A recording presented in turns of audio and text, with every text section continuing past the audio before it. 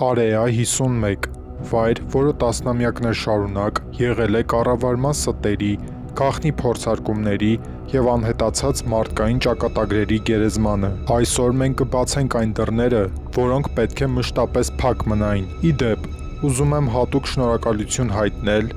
Լինեա Մունին, ում առաջարկով էլ պատրաստեցինք այս նյութը։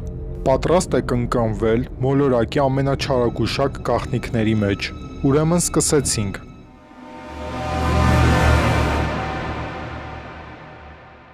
Անունը ծագել է Ատոմային էներգիայի դեպարտամենտի կողմից պատվիրված մի պարզ քարտեզից։ Նրանք պարզապես այդ վանդակի վրա գրել են Արեա 51, իսկ Միացյալ Նահանգների բանակը 1955 թվականին որոշեց այնտեղ տեղակայել իր ամենակարևոր ռազմաբազան։ Տեսնում եք, աշխարհի ամենաամրացված և գաղտնի վայրը։ Ոմանք ասում են, որ դա պարզապես մի վայր է, որտեղ փորձարկում են մոլորակի ամենալավ ֆինանսավորված բանակի վերջին սպառազինությունները։ Ուրիշները պնդում են, որ անկասկած այնտեղ պետք է որ ավելին լինի։ Մի բան, որը դուրս է մեր աշխարհի սահմաններից։ Պատրաստվեք գլխապտույտ ճանապարհորդության, որովհետև սրանք Արեա 51-ի 7 ամենաանհավանական գաղտնիքներն են։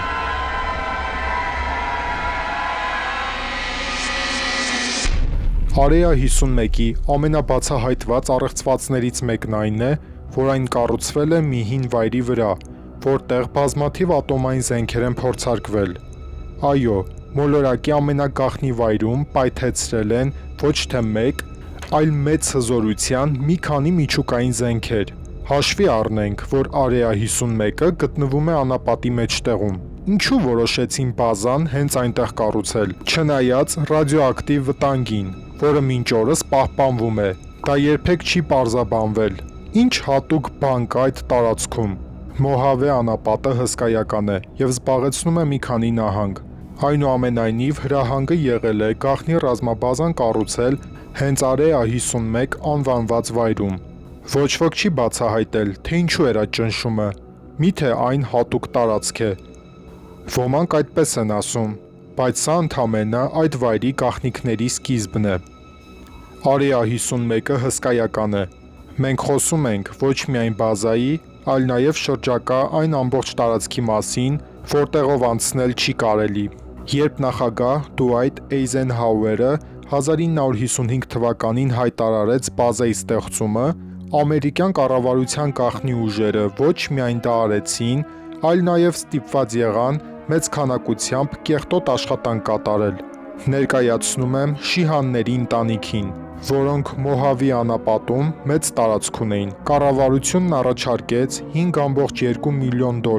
նրանց հողերը գնելու համար, ի տարբերություն բազմաթիվ այլ հողատեր ընտանիքների, որոնք վերջում համաձայնվեցին գումարին, շիհանները հրաժարվեցին։ Պատճառը պարզ էր։ Նրանք ունեին շատ արժեքավոր հանք,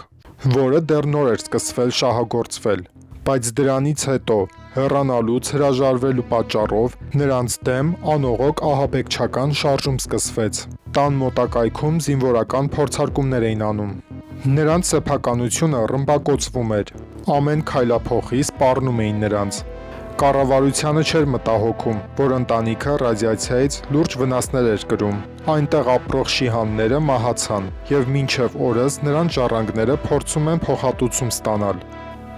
Շիհանների ընտանիքը միակը չէր, որ տուժեց։ Հիշում եք ինչ ասացի։ Մոհավի անապատը հսկայական է, այնտեղ գյուղեր կային։ Շատ մարդիկ էին ապրում, որոնք ստիպված եղան հեռանալ, որովհետև այդ համայնքում քաղցկեղի դեպքերն աճեցին 90%-ով վիճակագրության համեմատ։ Ոմանք կարծում են, որ կառավարությունը լուր սպանեց բոլոր հարևաններին, տիրանալու համար ամբողջ անապատին, մաքրելով այն մարդկանցից, որ այստեղ անցկացվող գաղտնի զենքերի բազմաթիվ փորձարկումներն են առաջացրել խնդիրները։ Հարցը հետևյալն է. ինչպես է հնարավոր, որ Արեա 51-ի ամբողջ անձնակազմը չի վարակվում։ Ինչպես կարելի է այստեղ աշխատել իմանալով, որ ռադիացիայից մահանալու ես։ Դա կլիներ հազարավոր գիտնականների սարսափելի վատնում։ Այդպես չէ՞։ Դուք ուշադրություն եք դարձնում այն ամենին, ինչ ասում են։ Սա նշանակում է, որ ինչ-որ կերպ Արեա 51-ը պաշտպանված է ռադիացիայից։ Կամ էլ նրանք կարողանում են կառավարել ռադիոակտիվ հոսանքները։ որովհետև հակառակ դեպքում ինչպես են նրանք այդքան վստահ, որ այն չի ազդում բազայի, բայց ազդում է շրջակայքի վրա։ Ինչպես են այդքան վստահ ռադիոակտիվ ամպերի պարագծի հարցում, եւ արդեն այդքան ժամանակ, եւ այդ անվտանգությունը նոր տեխնոլոգիաների շնորհիվ չէ, այդպես է եղել միշտ։ Սա տրամաբանորեն հուշում է, որ այստեղ օգտագործվում են շատ առաջադեմ գաղտնի զենքեր։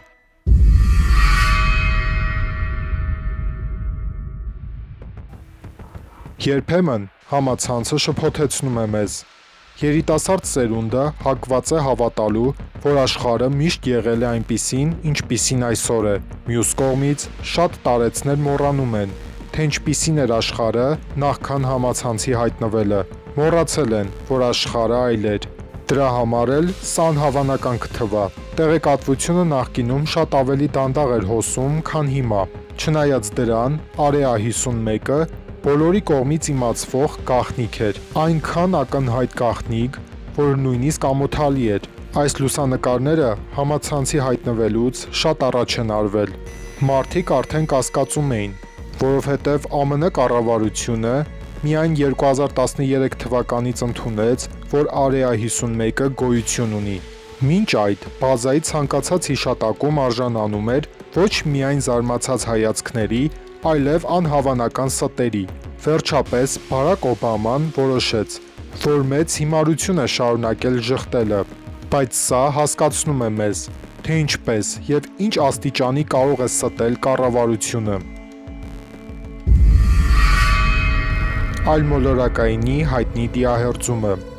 Հիշում եք, չէ՞, այն տարածվեց աշխարհով մեկ, եւ տասնամյակներ շարունակ կարծում էին, որ դա իրական է։ Չեմ կարող ցույց տալ, որովհետև այն արյունալի է եւ YouTube-ը կարգելափակի, բայց տասնամյակների ընթացքում եկան այն եզրակացության, որ հայտնի դիահերձումը կեղծ էր։ Դա չխանգարեց, որ այլ մարդիկ հայտնվեն աշխարհի տարբեր ծայրերից պնդելով, որ եղել են Area 51-ի աշխատակիցներ եւ ունեն լուսանկարներ ու նույնիսկ տեսանյութեր դա ապացուցելու համար։ Դաշնակիցների հարցաքննություններ, հատուկ հանդիպումներ նրանց հետ եւ այլն։ Այդ ամբողջ նյութը ենթադրաբար նկարահանվել է Area 51-ում եւ կան մարդիկ, որ ասում են, օգտագործելով փայլուն սոցիալական ինժեներություն, Միացյալ Նահանգների կառավարությունը տարածում է լուրեր, գաղտնի ապատեղեկատվական արշավներ է անում, ստում է կեղծ դրական տվյալներով, կարծում են, որ ստեղծում են բազմաթիվ կեղծ տեսանյութեր,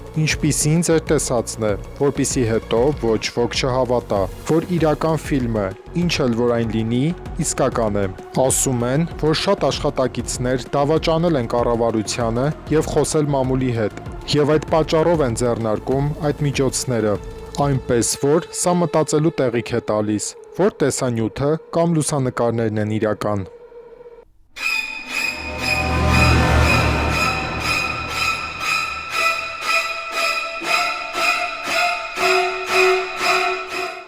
Գաղտնիք, որ քիչ էր մնում ռազմական դատարանի հանձնեին որոշ տիեզերագնացների,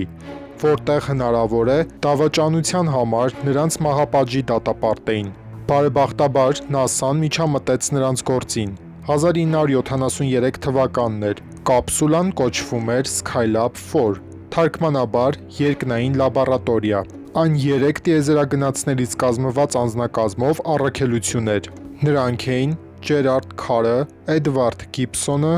եւ Ուիլյամ Պոգը։ Վերջինս դուրս եկավ իր հագուստով տիեզերական զբոսանքի եւ վերցրեց հզոր լուսանկարչական ապարատ։ Պոգը անհավանական լուսանկարներ արեց։ Դա քմահաճույք չէր։ Նրան թույլատրել էին դա անել, բայց այդ լուսանկարներից մեկը Գրում կոչվող աղի լճի մասին էր, որը գտնվում է Area 51-ին շատ մոտ։ Այսօր լճի մասին բազմաթիվ լուսանկարներ կան, բոլորը հեռվից, բայց այն ժամանակ դա շատ ավելի նուրբ հարց էր։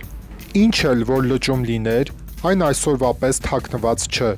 Շուտով ՆԱՍԱ-ին հաղորդագրություն ուղարկեցին։ Հստակ հրահանգներ կային դա չանելու։ Գրում կոչվող լիճը չպետք է լուսանկարվի։ Խոսք էր գնում ռազմական դատարանի հանձնելու մասին ոչ միայն Պոգին, այլ նաև Քարին եւ Գիբսոնին, բայց ՆԱՍԱ-ին հաջողվեց միջամտել ասելով, որ տիեզերագնացները գաղափար չունեին, որ լուսանկարելու թույլատվությունը երկրից էր եկել։ Պոգը եւ նրա թիմը փրկվեցին։ Լուսանկարները բռնագրավվեցին։ Այս ամենը ստիպում է մեզ մտածել, ինչ կար 1973 թվականին գրում կոչվող լճի վրա, որ չէին ուզում, որ լուսանկարեին նույնիսկ տիեզերքից։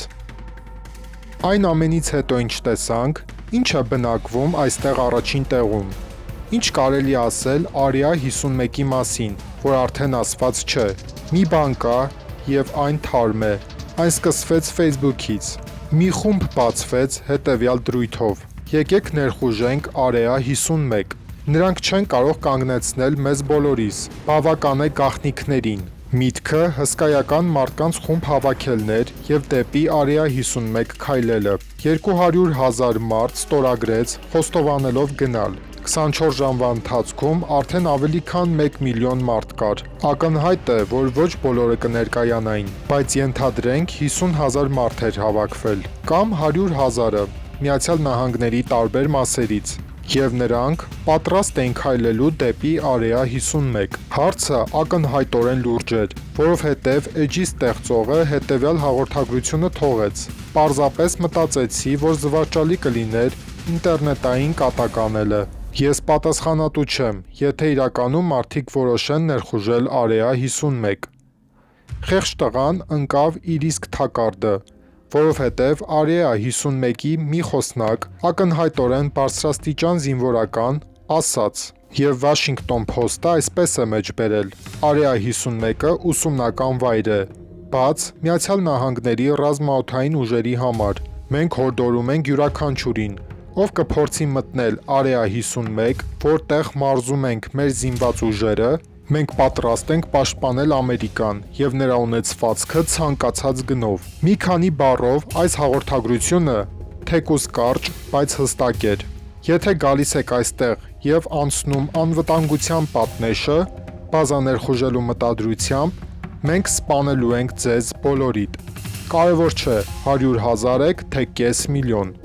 Որոշ մարդիկ ասում են, որ ԱՄՆ-ն շատ հաստատակամ է եւ ունակ է հատել ցանկացած սահման, բայց մյուսների համար սա անհերքելի ապացույց է, որ Արեա 51-ը թաքցնում է աներևակայելի գաղտնիքներ, իսկ այդ գաղտնիքները մինչ օրս էլ մնում են գաղտնի։ Եթե տեսանյութը ձեզ դուր եկավ, խնդրում եմ, լայքեք եւ կիսվեք ձեր ընկերների հետ։ Շնորհակալություն մինչև վերջ դիտելու համար։